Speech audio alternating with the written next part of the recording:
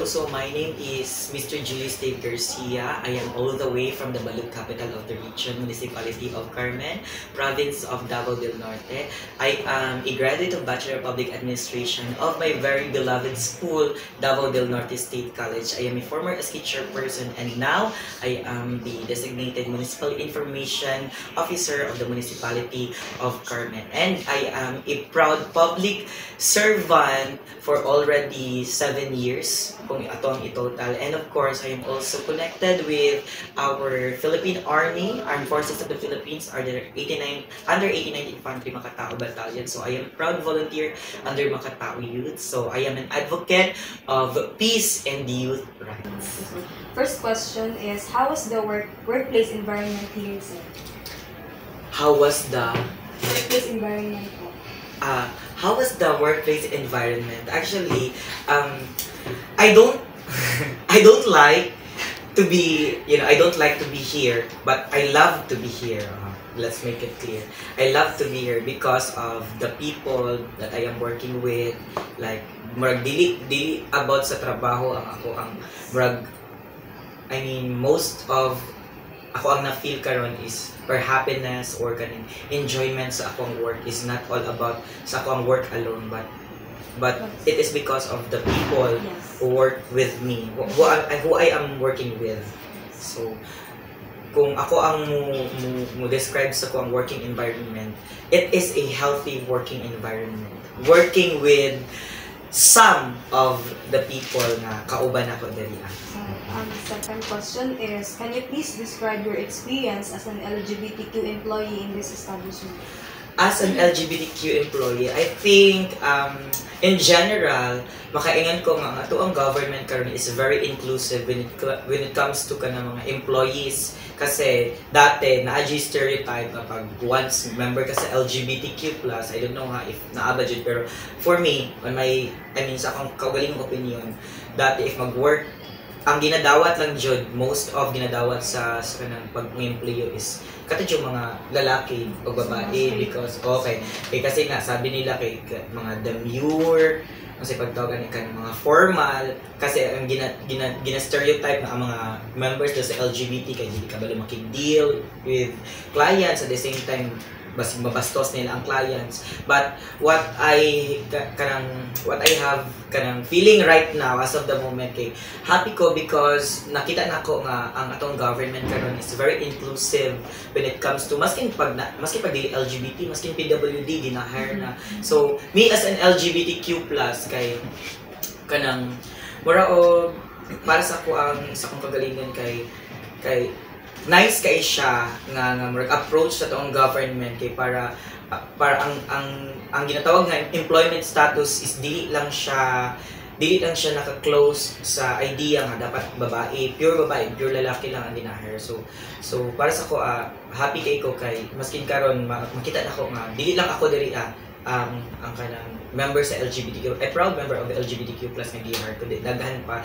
Pero kung sa ako pod kay na-adjay ginatawag nato nga, I think basig answer niya sa sila question sa, pero to be advanced na lang. Naapoy ginatawag nga kanagong dili siya to maiwasan nga sa isang organization na adjay ginatawag nga kanang mo discriminate sa imuha as a member of LGBTQ+, because I have experience nga gikasabaan ko, and that is not related to my work anymore, na gidamay na pati ang akong pagkabayot, and that is very wrong para sa ko. Dili nimo pwede gamiton ng ako ang gender identity para kasabaan ko. You have to kanang show courtesy, you have to address me properly, dili kay kasabaan ko nimo just damayin nimo akong pagkabayot. That is very wrong. So mana siya ko ang experience diri. I am just telling the truth. And anyways, it's okay because saba naman po sa ko dili ko na ako siya madawat kay dili ko siya kanang I hope that of the record niya para maka-relate lang mo basta ko ang ngano na share nako. Kay modawat ko og kasaba sa akong mga heads, but dili sa katong pantay ra nako sa akong level nako, and at the same time modawat og kasaba basta dili lang jud damayon ako ang pagkabayot, because I am a proud LGBTQIA+ member, and at the same time kay my father, my parents, gigit padako ko nila nga wala ko nakadungog maskin isa ka discrimination gikan sila. Ug wala pud ko nakita ang gidapatan ko sa wala ako naka-experience nga gidapatan ko sa kuang papa. So para sa ko murag nabastos ko ato kay nganong ikaw nga dili ka kaano-ano sa inyo kay mo si mga ug kanang bayutan na that's wrong. Diba? Like that is a working environment, not sa government institution, and it is kanang informal sa tuwa, it is improper, it is very bastos sa tuwa pag atong i-address sa isa ka employee siyot, bayot, tumboy, ana, dili na siya pwede kay naman ta sa working environment. We should address everyone as ma'am and sir regardless of our position. Mga na siya ako ang ko. And of course, with the values, mga traits nga gitulo sa kong ginikanan sa kuha. Maski kanan sa wala dyan ko naka-experience nga ako mismo kay nang maliit ko og tao. Based on their appearance, based on their identity, based on their race, wala dyan ko naka-experience nga ako mismo ni maliit. That is why, dili ko gusto nga himuon sa kuha, nga maliiton ko ko. And gamiton dyan akong pagkamo. Kasi personal choice din ako, nga dili ko ipahibalo sa uban. Nahitabo to. Though nakabalo ang kadaganan nga. Kay kato nga tayo, kasaban mo dyan ko sa dagang tao ko. So, actually, kung buto na naon, kung gusto ko mabalos, pwede rin gina ako siya i-report. But then, ako ang muna is, para dili na labod ako ang storya, and ituduan ko sa mga parents na magpakumbaba always. Wala na ako siya i-report, pinitabo, para dili po. I mean, para sa ka, it's very karang natural lang po siguro kay about mo to sa trabaho. Pero ang dili lang dyan ang malaw dito, kay damay niya ako ang pagka LGBT na katulad jud po din noon po ang foul dito at tapos napakawalawan ko pero wala it is my personal choice nga dili na ipaabot sa mas higher na level ang argument ang commotion na nasugdan kay para sa ko to be silenced is the great revenge. So, hindi na po ato pero ang amoy ng head, ang head diri as Ma'am Arlene sa tourism kay siya pud mismo ang kuan ni Gambali mo iya kong gi-uplift ko yung ma'am ba, gi-lift up ko ni ma'am rather, gi-lift up ko ni ma'am nga, okay lang, push lang, sagdi lang, it's very not normal nga, kailangan dyan sa isa ka organization, dili man dyan nato makasinabot ang tanan. So, the most important thing is that ikaw kaila ka sa imong self, pablo ka nga, wala kayo mali nga gihimo. So, mo to, wala na lang, it is my personal choice nga, dili na lang ipaabot ito nga. So, wala gihimo ang management, klaro na ko, wala gihimo ang management, tungod po, wala man po ko na reklamo dito. So, kuan mo na siya, it is a choice naman po. Kung gusto niyo pa nakoon ang storya, ikaw, kung gusto niyo pa nakoon, pero kung dili na, o feeling mo nga, okay lang ka, kaya ako magod na klase ng tao, dali lang ko ma-okay. Like, maskin pa, grabe ng pagpakaulan niyo sa kuha. Moingon ko nga okay ko, pero dili na siya ko matagal. Moingon ko nga okay ko, pero dili na siya ko matagal. Isumpa dyan ako yung palagsin, pero ang masunod. Ala na siya ko, like, hilom lang ka ko, pero ginasumpa na ako na yung kinagulog. Yes, sir. Can you share any positive experience or moment of support you've encountered from your kanang mga katabaho mo, sir, or management regarding your gender identity? Ang positive experience na ko kay kato magtirabangay mi diri and wala na mo so na mi head. Wala ginatanaw sa mong head ba yung position as head. Instead murag dami ginatawag kanang division of work like ikaw ingon ani mong buhaton niya dili siya ingon nga kana kung gina-pressure mi niya kundi instead iya pa min gina-motivate nga dapat mahuman na mo ni kanang unlike sa uban nga kana kung makita nato ang scenario mga movies teleseries di ba pag naas ang setting kina sa company di ba mga saba jud ang boss dapat gawin mo to dapat gawin mo yan dili as mga wala mi niya gina-pressure pero instead iya pa min gina-motivate na i-perform ang mo ang duty well ana tas when it comes to management example karon kaganiha ang positive po na himong impact sa akong life is that mas na-develop pa hinuon ko as a freelance host or as an event host. So kagani example pina-update ka pag sa ko nga kanang mag-host ko. So dito pa lang daan murag ako nga okay ako ang trust ni hatag di ay sa LG so ko kay grabe ka ayo kay pag na-event ka pina-update. Ako din naman na nga mag-host. Ibig sabihin ang trust sa LG sa ko kay dako kaayo nga to handle an event. Murag ana ba so mo to siya murag ako ang positive experience dali like wala ko na di lang ko nag-grow professionally but personally nag-grow ko as a person like murag nag-build po ako ang self-confidence, mas nitaas pa akong self-confidence, ang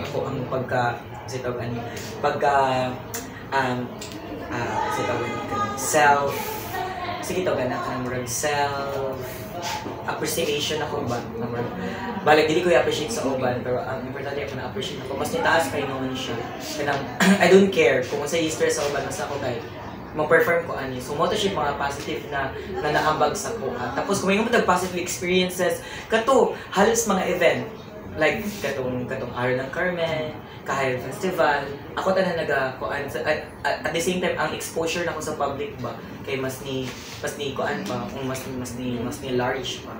So para sa ko kato ang mga positive na experiences nga nako na experience diri og again and again ang pinakanindot ako na experience diri is ang karing kauban jud nako. Ang kauban jud sa office kay there comes a time nga murag gusto na ko mo undang kay actually na-hired lang ko last year December tapos pagkauman nabutang ko dahil pinaabtik pagbutang sa pagdiri kay SK chairperson ng ko originally tapos di pa resign ko kay butang ko dali so pagabot ako dali grabe akong adjustment na nahimo tapos gusto na ko mo give up na patuloy abot sa time na nagsulat ko og resignation letter kay gusto na ko mag-resign i-present ako dali pero wala na ko gipasa tungod kay murag dili na ko gusto mo hawa tungod kay dili tungod sa trabaho kundi dili na ko gusto mahawa tungod sa akong makauban kanang murag masayangan ko sa among band na tapos isa pa sa isa ka opisina we can survive sa isa ka opisina or sa atong trabaho on maskin pa og walay klaro ang ato ang gihimo nga trabaho pero we can survive because of the people pod nga nakauban nato kanaan ang good so mo to sila ang pinaka-nindot nga experience nga ko na more na I mean nahitabo sa ko diri as LGU gilat na sila mo to ako ang kuan like dili na ko sila kaya i-view tungod lang sa ko ang murag kasakit nga na feel ako ang makauban ingon ako sila ka-love tawagon ko ninyo og OA pero dali man ko ma-touch sa tao and at the same time pag mubiya ako kay grabe akong separation anxiety na karang mura kog kalinturahon jud pag mabulagan ko uyab kalinturahon jud ko na separation anxiety off the record. Okay, next. So, are there any particular role models or allies within the workplace who have been instrumental in promoting LGBTQ inclusion? Instrumental or influential nga LGBTQ+ advocate. Actually, the good thing about working sa LGU is that natin gender and development ng office and para sa ko karang office manggod they are they are assigned to implement nga healthy working environment sa tanang klase sa tao regardless of your gender, race or unsa pa color regardless of your identity. So tanan diri nga mga tao sa kuan ma-consider nako sila ay dili tanan. Most of the people here sa LGU kay ma-consider nako as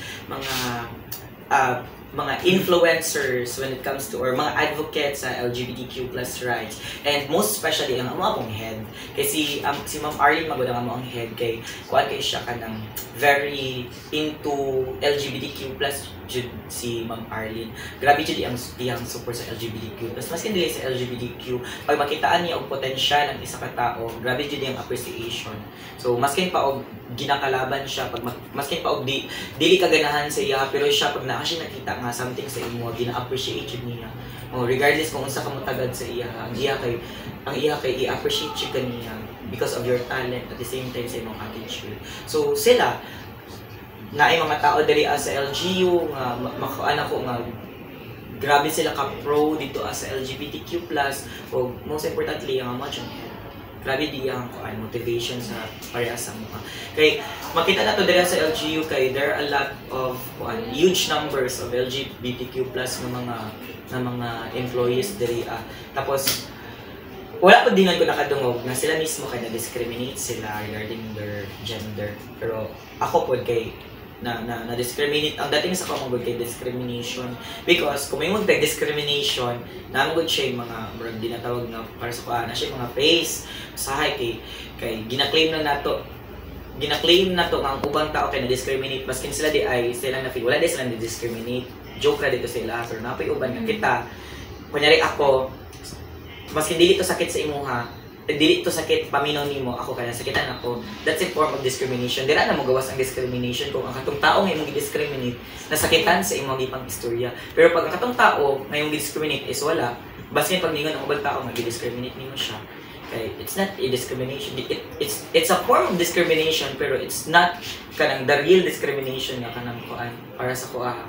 Okay, again, I face a discrimination. But going back with the questions, or with the question, well, murag okay ra tanan diri. Like si Mayor Gani. I actually for kanang for your information, si Mayor Jud ang nag-hire sa ko diri.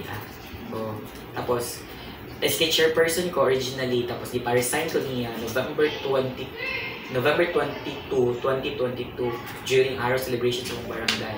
Gibutang ko niya diri para magtrabaho as part sa information office. So dito pa lang daan makaingon ako nga grabe ka strong na advocate ang municipality of Carmen Inahola na advocate of LGBTQ+ rights. So kay mas higit si Mayor, nakita niya nga bayot magay kay ko.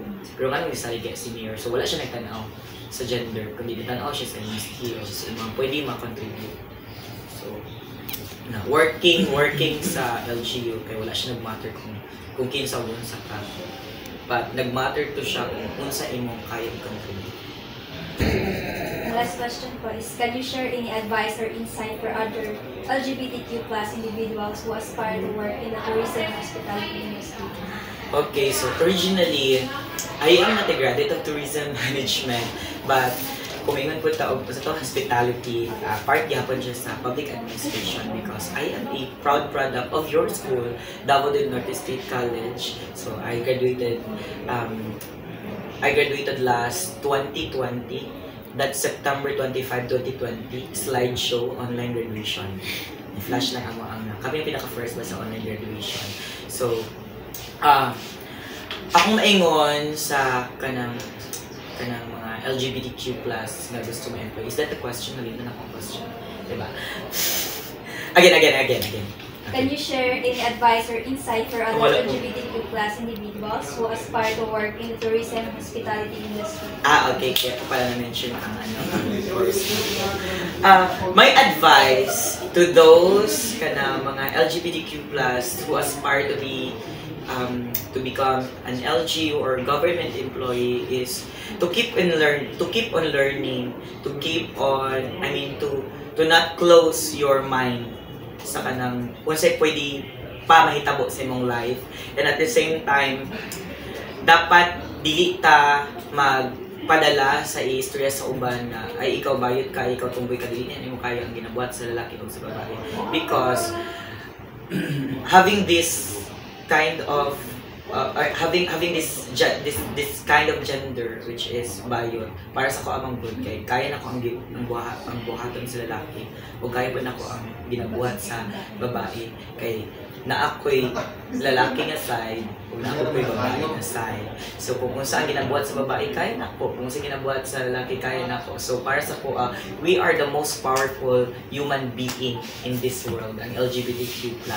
Like maski pag naingon mo, maski pagdagan mo ingon og no, dili ka mo no, para sa ko kami sure kay we are talented, we are creative, we are kanang diverse of so much skills and abilities. Kaya na mo mohatag og entertainment, kaya na mo ma-work sa office. Naabot ko'y nakailang nga LGBTQ+ nga komedyan nga nagtatrabaho as construction worker sa buntag. Napay uban nga na imong driver, na uban engineers, na uban teachers, nga mga proud LGBTQ+ members. So meaning kami nga mga parts sa LGBTQ+ or kanang mga mga tao nga part sa LGBTQ+, kay naadjud mi hayag ka ay makaugmaon working sa LGU or maskin dili lang sa LGU, maskin asa nga companies kay tungod kaya na mo adjust. We are very flexible kung unsa man ang task nga ihatag sa mo, kaya na mo buhaton. So my very message to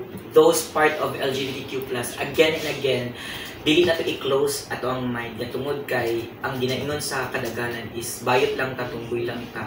No, we are not bayot lang, we are not tumboy lang, kundi bayot ta, tumboy ta na atay kaya. Ayun. Thank you and good afternoon. Thank you, sir. Yeah.